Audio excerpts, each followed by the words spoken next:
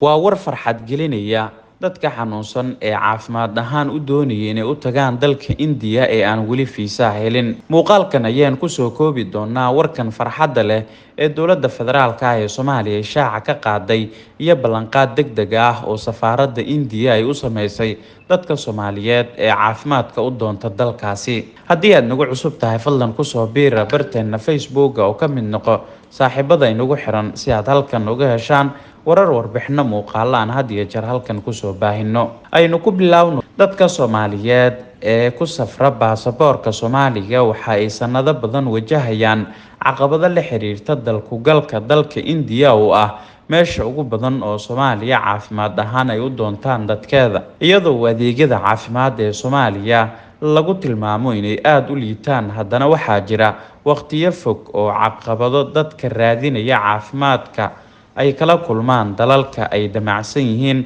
inay caafimaad ahaan u aadaan. Waxaa lagu dhiban yahay fiisaha India oo kaalinta koowaad kaga jirta halka ay bulshada Soomaaliyeed caafimaad u aado. Fiisaheeda ayaan laga bixin magaalada Muqdisho ee caasimadda Soomaaliya. Dadka Soomaaliyeed ee doonaya fiisaha India ee caafimaad inay helaan waxa ay tagaan oo ay ku qasban yihiin magaalooyinka Addis Ababa iyo Nairobi oo caasimada u ah Itoobiya iyo Kenya. Laakiin sidaa oo ay tahay, caqabado waaweyn ayay wajahaan, isla markaana waxa ay dhibaato badan ka soo gaartaa raadinta fiisaha oo ay dhaqaale fara badan ku bixiyaan. Muddada la sugayo, qarashka iyo shuruudaha warqadda dadka laga rabo ayaa dhammaan ah kuwa mararka qaarkood sababa in bukaanka xaaladiisa caafimaad ee ay degdega ahayd ee fiisaha dalku-galka dalka India raajicinayay. Muddada la sugayo, qarashka, shuruudaha warqadaha dadka laga rabo ayaa dhammaan ah kuwa mararka qaarkood sababa bukaanno xaaladooda degdega ahayd oo uu fiisihii ka soo daaho, ugu dambeynna u geeriyooda xaaladii ay wajahayeen.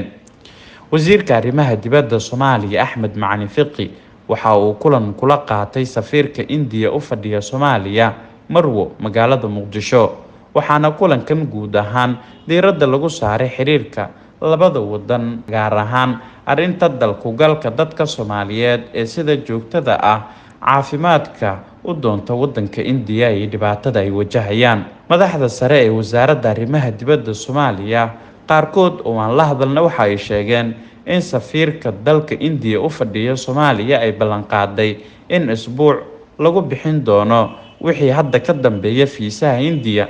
Warkan ayaa ah mid farxad u leh dadka Soomaaliyeed ee caafimaadka u doonanaya dalka India, iyada oo aanay cidna u dhaxaynin labada dhinac ayay fiisaha dadka Soomaaliyeed heli doonaan. Waxay kaloo safiirku ballan qaaday in 3 cisho gudahooda lagu siin doono fiisaha dalku-galka dadka xaaladooda degdega ay tahay ama xaaladda emergency-ga ku jira. Ma cadda in wax isbedel ah ay ku sameyn doonaan dowladda India qiimaha ay dadka baasaboorka Soomaaliyeed sita ay ku helaan fiisaha India oo aad u qaali ah, balse in waqtiga la boobsiyo oo dhaxdana laga saaro dalaaliinta dhibaateeyay shacabka danta yar waa waxa ugu weyn ee lagu amaani karo wasaaradda arrimaha dibadda ah ee Soomaaliya in xilligan ay u qabatay dadka Soomaaliyeed.